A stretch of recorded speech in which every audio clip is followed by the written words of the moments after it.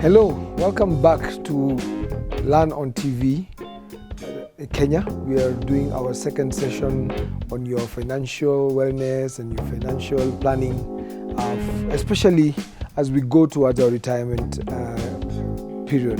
My name is Samuel Gichohi. I work for NCBA Investment Bank, the brokerage division, and today I'm here as a financial educator. We are going to have some discussions around your financial planning and your financial wellness. As you earn your living and you plan for your retirement, these are important things to look at.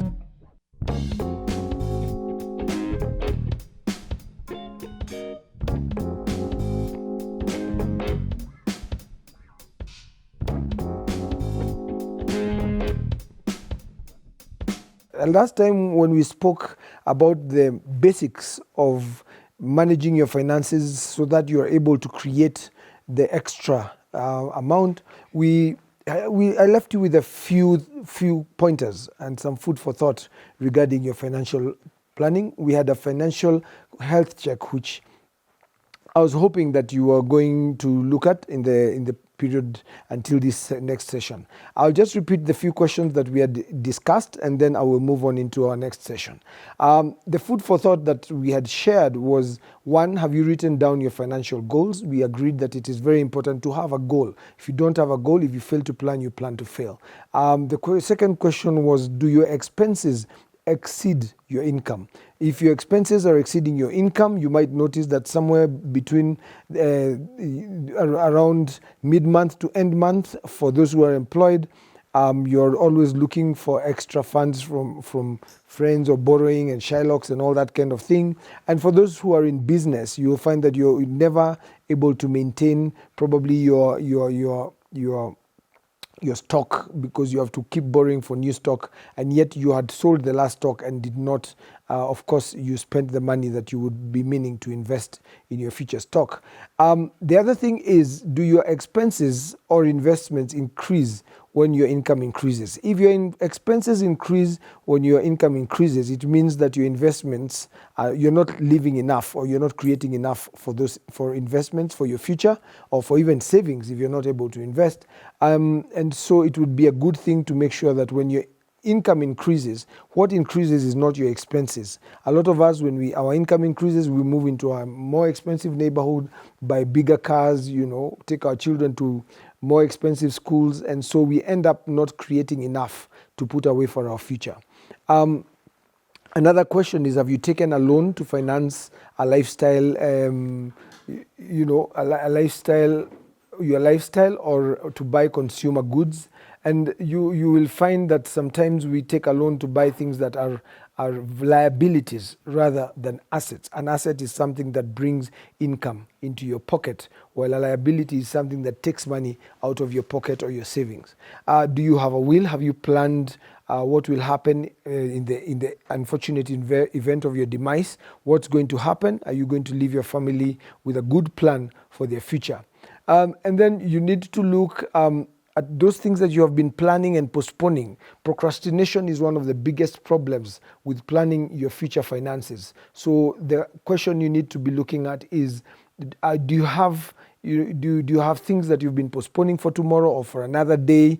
And every day that goes by, it gives you less time to plan your future. So you better deal with it right now. Again, please have a quick check whether you're in debit or you're in credit, because if you're in debit, meaning that you're actually owing more money than you actually have or are able to pay, then there's something difficult or something wrong with your financial planning. And why is financial planning important? Of course, one is to try and achieve your personal goals. Is it to buy a house? Is it to have a comfortable retirement? Is it something you intend to do even as a hobby? Some people want to travel, but all these things need finances. And so if you're going to achieve your personal goals, then you need to create the finances or the way you're going to fund these goals.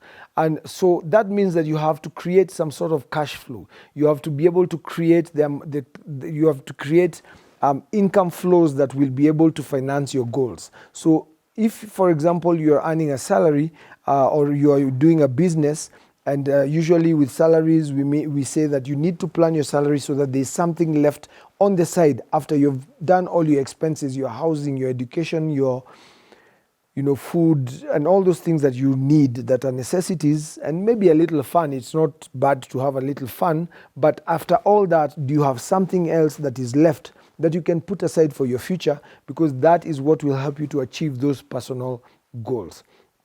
And this means that over time, you need to be working to increase your disposable income. Disposable income is that income that is over and beyond your needs, which means that you have to be spending less than you earn, one.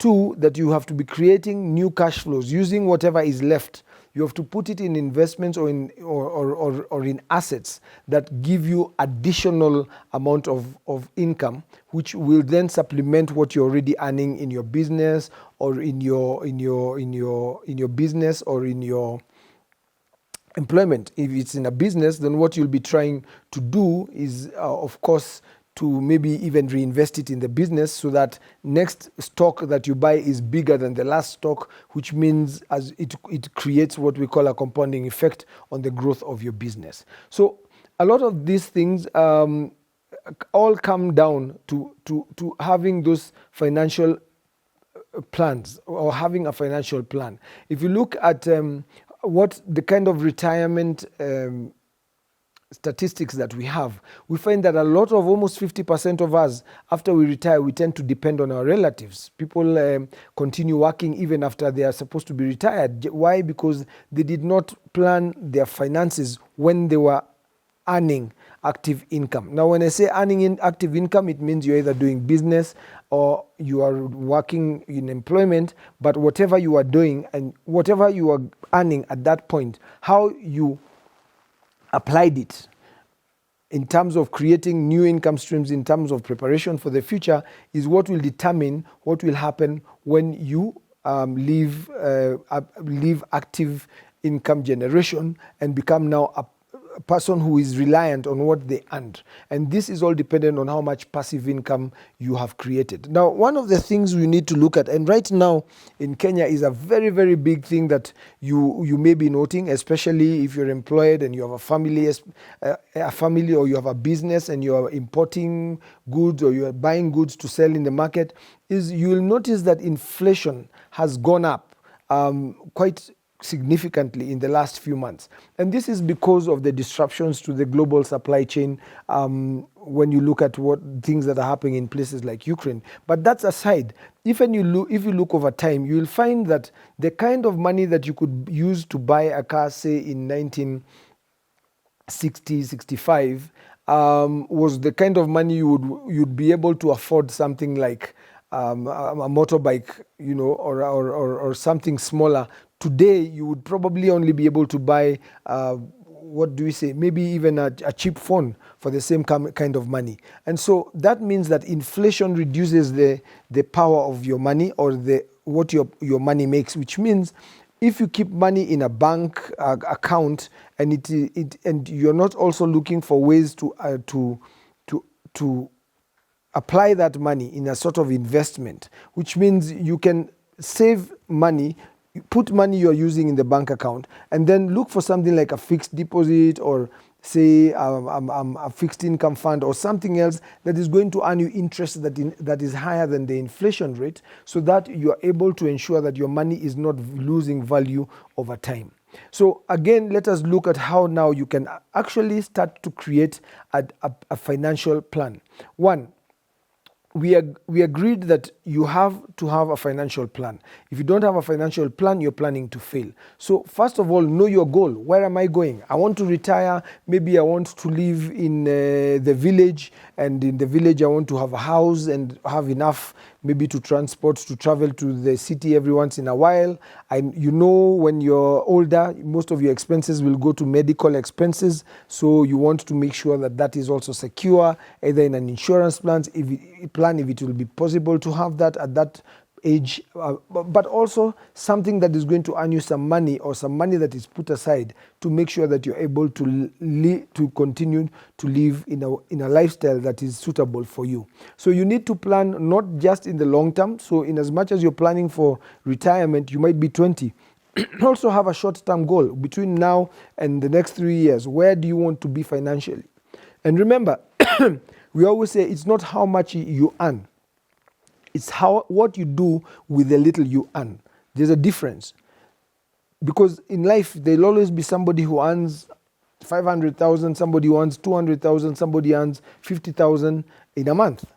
But if the person who earns 1,000,000 shillings or 500,000, their monthly expenses are that same 500,000, then it means they're not creating any wealth. They're not saving for the future. They're not investing for the future. They're not creating anything to cater for their future. But if the person earning 50,000 is taking a percentage of that amount, let's assume 20%. So it means they're taking a particular amount, and that's 10,000 every month, and they're putting it in some investment or some saving plan that earns them a better interest than inflation.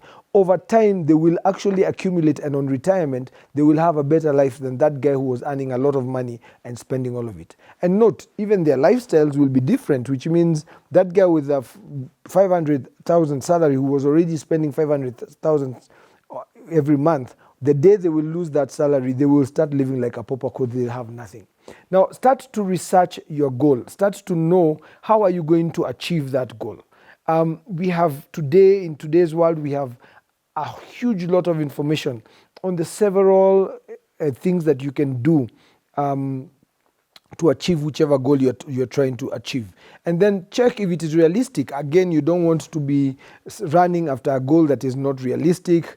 You want to make sure that you have prioritized your goals. So it means in your life, you're prioritizing those things that matter. Because sometimes we prioritize fun and friends and those things that we're doing that are just making us happy in the moment, and forgetting those things that we will need to keep us happy forever. So again, you need to prioritize your future as you plan for as you develop a financial plan. And finally, again, then start planning your savings. I'm saving this amount for that. In fact, it would make a lot of sense to even have different accounts for different purposes, so that you have a savings account where you save for, say, that building plan. You have another savings account or education account where you put money because you intend at some point to go and further your education, etc. So that way you're compartmentalizing these finances that you have, so that you are able to plan your finances. Again, you need to look at the things that affect your ability to put money aside, because in life there are certain things like your friends, as I have said, your relationships, those people around you who may influence the way you're spending money. And then, of course, you have to look at your lifestyle. You have to look at the people. In Africa, for example, we are very, very community-based. Whenever somebody has an issue, we are usually there to support them and to help them even financially. And a lot of the time, this will eat into what you're earning. So again, you need to plan it. In as much as it is good to give, it is also good to realize that you can only give within what you are able to give. Again, you have things like taxes, you have things like tithes, and although all those other things that you need to do, but plan them within what you earn.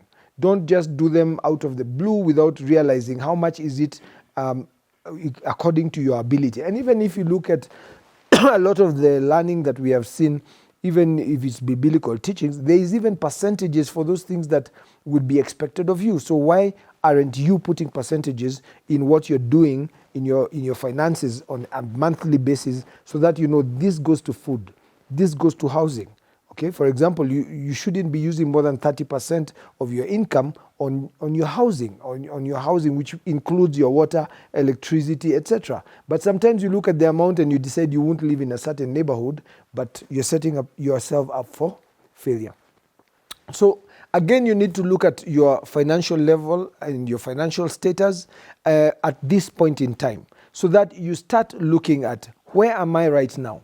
Because you might look and realize, if you're dealing with Shylocks and things like that, every month. You're borrowing money and you're now hiding from people around you because you owe them money and you're always in need, then it means you're in either a bad situation or even at the level of an emergency situation. Now, if you're in an emergency situation, means you're spending more than you earn. But you can start to work on your lifestyle behaviors, look at how the things that you do in terms of your expenses, scrutinize them and see where are the holes so that you can come out of that situation, so that you can come to a level where your expenses are below your income or your salary, if for those who are employed, but also you want to have a goal where your expenses are below and way below what you're actually earning and your income, so that you're now able to say, I have an extra amount. And some of these things come from changing some lifestyle behaviors. Look at the things you do that you can change. Maybe there's a place you usually take a taxi that you could walk. And walking is healthier. It would probably even reduce how much you spend in terms of, could even reduce how much you spend in terms of medical expenses, because now you're actually doing something more healthy. So as you go towards your financial independence, what you want to do is look at a situation where you have, say, something like your 20% of your income is going into your monthly income is being saved. You're actually saving it and then putting it towards a basket where you're preparing for any eventuality, like the loss of a job, and even putting it into investment plans. And remember, this can be done at the same time, because there are certain investment plans where you can put your money, for example, a fixed income fund, which you're putting your money and that money is earning an interest. And whenever, if you have an emergency, you are still able to touch into that pool of money and be able to support yourself as you look for a job. Let me tell you something. The most difficult thing is to look for a job. For example, if you're the kind who are looking for employment, or to start a business when you have nothing on the side, because you either have to borrow or start on a negative from the word go. So again, let us start looking at our own knowledge of our finances and our own financial knowledge, so that we stop living in fear and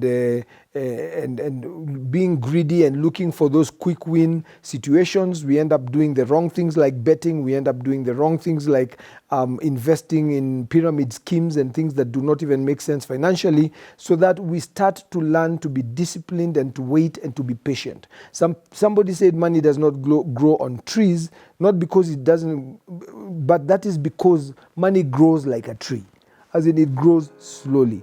And it has many branches, which means you have many investment vehicles you can put your money in, so that over time, if you have discipline and patience and you're putting your money in the right places, then it means that you're doing the right thing.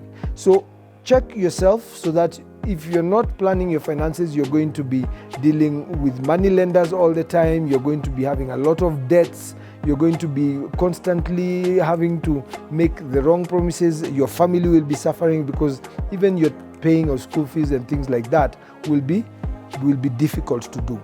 So as we go on with this series, I want you to go and start looking at the different habits that probably are putting you in this situation, so that as we come now to talking about financial management itself, how to create a budget, what kind of financial vehicles are good for us as we go along in this journey, then we have already changed our mindset, we have already changed our behaviors, we have already made our goals, and now we will be ready to go to the next step.